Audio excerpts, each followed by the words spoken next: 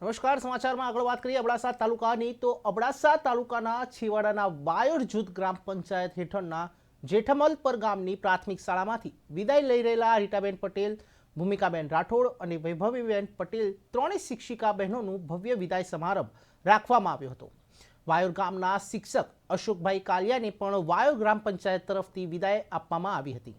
આ પ્રસંગે વિદાય લઈ રહેલા શિક્ષિકા બહેનોએ ચોધાર આંસુએ પોતાના કાર્યકાળ દરમિયાન અનુભવો વર્ણવ્યા હતા. આ પ્રસંગે અગ્રણી અનુભા જાડેજા, વાયોર સરપંચ સુખદેવસિંહ જાડેજા, ઉપસરપંચ ઇમરાન મારા, વાયોર ગ્રુપ શાળાના આચાર્ય દિનેશ ગોમિત તેમજ આજુબાજુ ગામોના શિક્ષકો તેમજ વિવિધ ક્ષેત્રના અગ્રણીઓ હાજર રહ્યા હતા. જેઠમલ પર ગ્રામોના વતી પ્રતિક રૂપે ભેટ સોગાદો આપવામાં આવી હતી.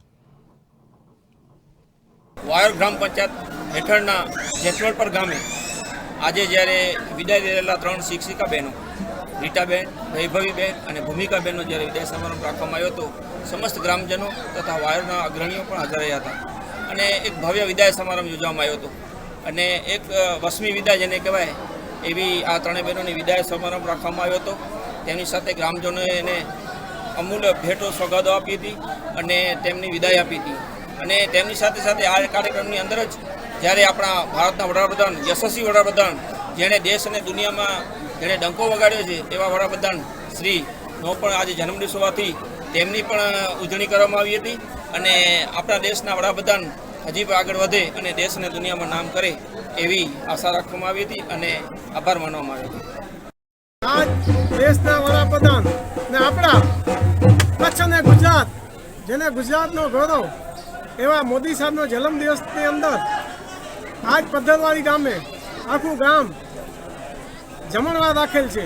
કારણ કે મોદી સાહેબ આપણા ગુજરાતના એક જેને કહેવાય કે અત્યારે મેં મારા મિત્ર છે સામતાની અંદર, એમને એક વાત કરી કે અનુભવ અમે મિટિંગની અંદર વિદેશ રહે છે અમેરિકાની અંદર ભેગા થઈએ અને એમ કહીએ કે અમે ગુજરાતના છે તો સારા સારા ઓફિસરો અમને ભેટી પડે.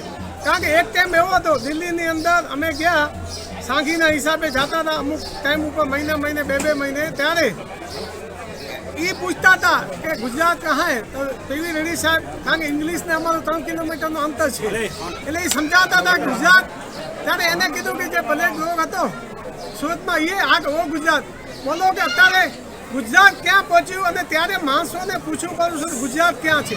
હા, તો એક સમયની અંદર ગુજરાત અને આજ ગુજરાતની અંદર અને આજ હું તમને કહું કે આ બીજા જે અત્યારે જીસીબી લઈને ઉપડી પડ્યા છે કે આમ કરીએ ને તેમ કરીએ શંભુ મેળો, અત્યારે ગુજરાતની અંદર નહીં પણ ભારતની અંદર અટલજી એકવાર 71 સાલની લડાઈની અંદર ઝાંસીની રાણી ઇન્દિરાબાઈને કીધું, ત્યારે બે જ સભ્ય હતા, AK પટેલ અને અટલજી. હા, ત્યારે એ સમજતા હતા કે સોનારો એ સોનને જાણે. હવે એ એના જ વાસદાર.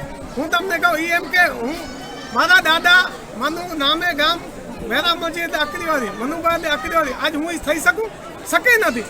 એ દાદીમાના નામે હું તમને કહું પક્ષ ચલાવતા હોય અને આટલું બધું હાલતું હોય. મોદી સાહેબ એટલે મોદી સાહેબ જે આપ જાણો છો તેમ એને રસોડા સુધી ખ્યાલ છે કે માણસને 3 કિલા ઘઉં અને 1.5 કિલો ચોખા આપતા હોય. 3 કિલા ઘઉં 2 રૂપિયા, 1.5 કિલો ચોખા એટલે 10 કિલો થયો. 5 કુટુંબ 5 જણા હોય તો 10 કિલો અનાજ એટલે 50 કિલો અનાજ થયો મહિને.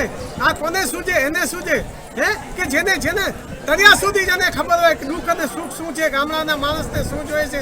આપ જાણો છો તેમ અત્યારે નવી યોજના કેટલી છે. 5 લાખ રૂપિયા. હું તમને કહું આપણી ગાડી પંચર પડે, આપણે ગાડી ના આપીએ, ટાયર નથી, ડીઝલ નથી, પણ 108 એમ ન કે ડીઝલ નથી. હું તમને કહું 2 મિનિટની અંદર પૂછી આવી જાય ન જાત ન નાત.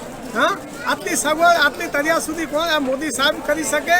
વિદેશની નહીં દેશ દુનિયા માનતી હોય ત્યારે આ જીસીબી વાળા એમ કહેતા હોય કે અમે આમ કરશું તેમ કરશું. કીધી જિંદગીની અંદર હું તો એમ કહું છું વર્ષ સુધી 100 વર્ષના મોદી સાહેબ થાય અને ભારત જ્યારે આટલે પહોંચ્યું છે ને હજી પણ એ શિખર ઉપર લઈ જશે એટલો વિશ્વાસ છે. ભારત માતા